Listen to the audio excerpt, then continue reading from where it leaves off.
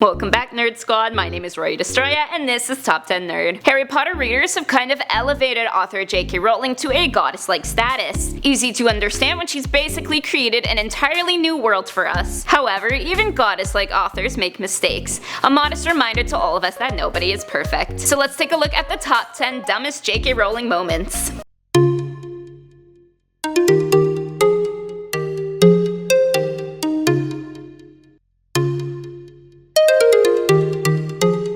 In the number 10 spot, we have the Pottermore story. In her October 2016 story on Pottermore, Rowling shone some new light on the Magical Congress of the United States of America. And she also shone some light on her lack of American history knowledge. According to her, the country or kind debate took place in Washington in 1777. But wait a second. How did it take place in Washington when Washington didn't even exist? Yep, it was founded in 1790. Time to hit the textbooks, girl. Coming in at number 9 is the THESTRALS. The THESTRALS are the winged horse-like creatures that pull the carriages to Hogwarts and are only visible to those who have seen death. Why you would hire such creatures to take kids to school is an entirely different question. But here, Rowling had to come up with 3 different excuses as to why Harry couldn't see them before his 5th year. When his mother died, he was too young and probably not looking. When Professor Quirrell died, he passed out. And when Cedric died, he needed a few months to process the death first. Coming from her mouth, that's how she's going to sneak past that one. Next, at number 8, we got the epilogue. The majority of readers were not very satisfied with the epilogue at the end of the series. With no epilogue, our imaginations could have run wild with the possibilities of all the great things Harry and his friends could have gotten up to. Rowling may have even been able to squeeze another book out, although she probably attached the epilogue to cut back on temptation. Instead, we got a less than epic epilogue.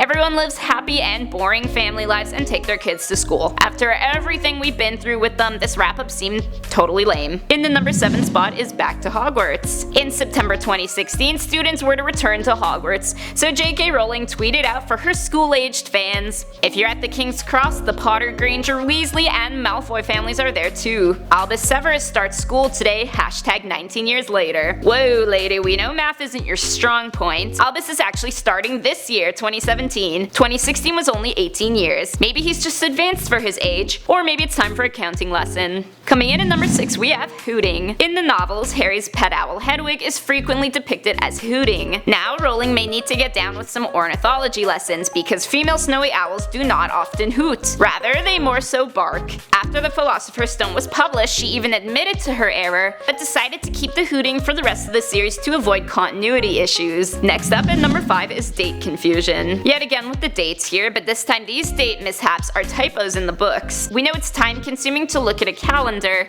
but what makes a great author is their precision. Some examples include the fact that the dull gray Tuesday of October 31st, 1981 was actually a Saturday, or that Dudley's birthday at the zoo actually took place on Sunday, when she wrote June 23rd, 1991 as a Saturday. Closer that time at least. Google is your friend for stuff like this. Up next at number 4, we got Neville's parents. Because we obviously didn't have to face enough already in terms of death, Rowling filled us in an interview the fate of Alice and Frank Longbottom. Turns out they never would recover from their torture-induced madness at the hands of the Lestranges, saying their fate was worse than even Harry's parents. Aw, gee, thank you. Even when you're not putting out more books, you're still finding ways to break our hearts. Was this really necessary? In the number 3 spot, we have the 2 wands. In the Philosopher's Stone first edition, where Harry's shopping list is written out, there is a typo leading to 1 wand being placed as the first and last item on his shopping list. Really didn't want to forget that wand. Granted, this could be an editing error rather than a Rowling error.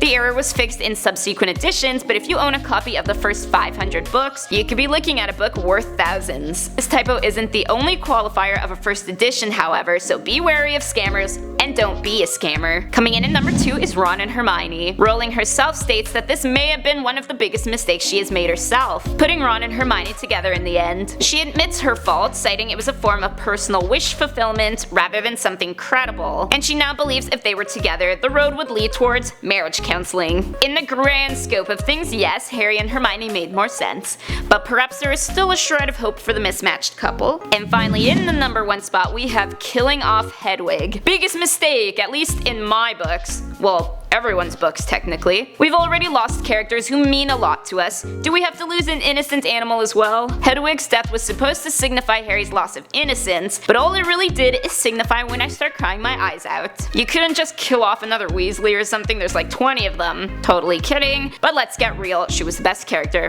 Now she dead. Not cool. So those were the top 10 dumbest JK Rowling moments. Let me know in the comments section down below which Harry Potter book was the best. My name is Rory Destroya, thanks for watching, and don't forget to subscribe so you never miss another nerdy list.